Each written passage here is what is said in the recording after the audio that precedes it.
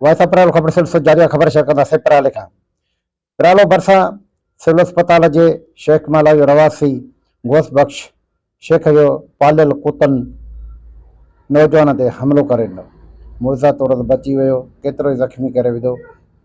एहतिजाज कंदड़ कामरान कलोड़ी जो चवणु आहे त केतिरा भेरा ई कुतनि जे मालिक गोस बख्श शेख खे शिकायतूं कयूं त असांखे तव्हांजे कुतनि मां ख़तरो आहे, पंहिंजे कुतनि जी हिफ़ाज़त कयो ऐं कुतनि खे बदिशोड़ कयो, पर हुननि उहो वरजाए छॾियो।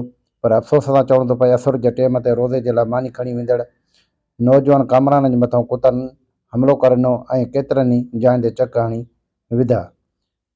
प्रालो थाणे ते NC दाख़िल। एहतिजाज करण जा वधीक मौक़ुफ़ तव्हां पाण ॿुधो। मुंहिंजो कुतनि वठि कई आहे मूंसां शेखनि जे। पहिरियों मां शेखनि खे चयो हुयो, उहे पाण आया ॾिसी विया हुया। वरी ॿीहर अॼु कुतनि वठि कयो आहे। गोश्त बख़्श आहे नी शेख, उनजा कुता हुया। कहिड़ी जाइ अथव? जी कहिड़ी जाइ अथव शेख? सरकारी अस्पताल जे भरिसां जेके वेठा आहिनि। सही। हाणे त छा मुतालबो आहे? हाणे इहो ई मुतालबो आहे त मूंखे जवाबु आहे, मूंखे इंसाफ़ खपे। घणा कुता हुया? 3 कुता हुया। अॻु बि इहो करे वाक़ियो थियो आहे? जी जी, अॻु बि थियो। पोइ तव्हां दाव मालिकनि खे ॾिनी आहे? मालिकनि खे दाव ॾिनी आहे, मालिक पाण बि निकिरी आया। हा, वरी अॼु ॿीहर न निकिता। पोइ थाणे वग़ैरह ते तव्हां इतला ॾेई आयो? थाणे ते इतला ॾेई आया। हुननि चयो त असां सुबुह ॾिसंदासीं। सुबुह थी वियो, हाणे विया आहिनि, वधीक ॾिसूं था पोइ। हे छा थियो आहे हेठि? हे धक लॻा आहिनि ॾाढा।